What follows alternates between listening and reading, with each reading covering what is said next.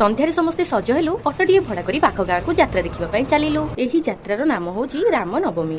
ରାମଙ୍କ ଜନ୍ମଠୁ ଆରମ୍ଭ କରି ରାବଣ ବଧ ପର୍ଯ୍ୟନ୍ତ 9 ଦିନ ଧରି ଏହି ଯାତ୍ରା ଏଠି ପାଳିତ ହେଉଛି। ସେଥିପାଇଁ ଏହି ମନ୍ଦିରକୁ ସୁନ୍ଦର ଭାବରେ ସଜେଇବା ସହିତ ତାର ଚତୁଃପାର୍ଶ୍ୱ ମଧ୍ୟ ସୁନ୍ଦର ଭାବରେ ସୁସଜ୍ଜିତ ହେଇଛି। ବାପରେ ଏତେ ବଡ଼ ଧାଡ଼ି! ଆଉ ଆମେ କଣ କରିପାରିବା? ଠାକୁରଙ୍କର ଦର୍ଶନ ପାଇଁ ଏତିକି ଟିକେ କଷ୍ଟ ତ ଆମେ କରିପାରିବା। ଶେଷରେ ସବୁ କଷ୍ଟର ଅନ୍ତ ସରିଲା। ଠାକୁରଙ୍କର ଦର୍ଶନ ଟିକେ ମିଳିଲା। ଆଜି ଥିଲା ପ୍ରଭୁ ଶ୍ରୀ ରାମଚନ୍ଦ୍ରଙ୍କର ବନବାସ ବେଶ। ଏହି 9 ଦିନ ଧରି ହେଉଥିବା ଯାତ୍ରାରେ ପ୍ରଭୁ ଶ୍ରୀ ରାମଚନ୍ଦ୍ର 9 ପ୍ରକାରର ବେଶ ହେଇଥାନ୍ତି। ଠାକୁରଙ୍କର ଦର୍ଶନ ସରିଲା। ମନ୍ଦିର ଉପରେ ସୁନାର କଳସ ସ୍ଥାପିତ ହେଇଛି, ତାର ମଧ୍ୟ ଦର୍ଶନ ମିଳିଲା। ବାହାରି ହନୁମାନଙ୍କ ଦର୍ଶନ କଲି। ବାହାରେ ବୁଲିଲା ବେଳେ ନଣନ୍ଦ ନଣନ୍ଦେଇ ଯା ଝିଆରୀଙ୍କ ସହିତ ଦେଖା ହେବାରୁ ସେମାନଙ୍କ ସହିତ ଟିକେ କଥାବାର୍ତ୍ତା ହେଲି। ଯାତ୍ରାରେ କିଣାକିଣି ଆଉ ଖିଆପିଆ ନ କଲେ ଯାତ୍ରା କଣ ଯାତ୍ରା ଭଳି ଲାଗିବ? ସେଥିପାଇଁ ପ୍ରଥମେ କିଣାକିଣି ହବ, ତାପରେ ଖିଆପିଆ ହବ। ତାପରେ ଭାବିଲୁ ଆଲୁ ପିଲାମାନଙ୍କୁ ଟିକେ ଦୋଳି ଖେଳ ଖେଳେଇବା। କିନ୍ତୁ ଝିଅ ମୋର କଣ କାର୍ ଚଲଉ ଚଲଉ ସିଧା ଏରୋପ୍ଲେନ ଉଡେଇଲା। ଏତିକିରେ ଆମେ ହାଲିଆ ହେଇଗଲୁ। ଗାଡିରେ ବସିକି ଘରକୁ ଫେରିଲୁ। ଆପଣମାନଙ୍କୁ ଯଦି ମୋ ଭିଡିଓଟି ଭଲ ଲାଗିଲା ଚ୍ୟାନେଲକୁ ମୋର ସବସ୍କ୍ରାଇବ କରିଦେବେ। ରହିଲୁ, ବାଏ।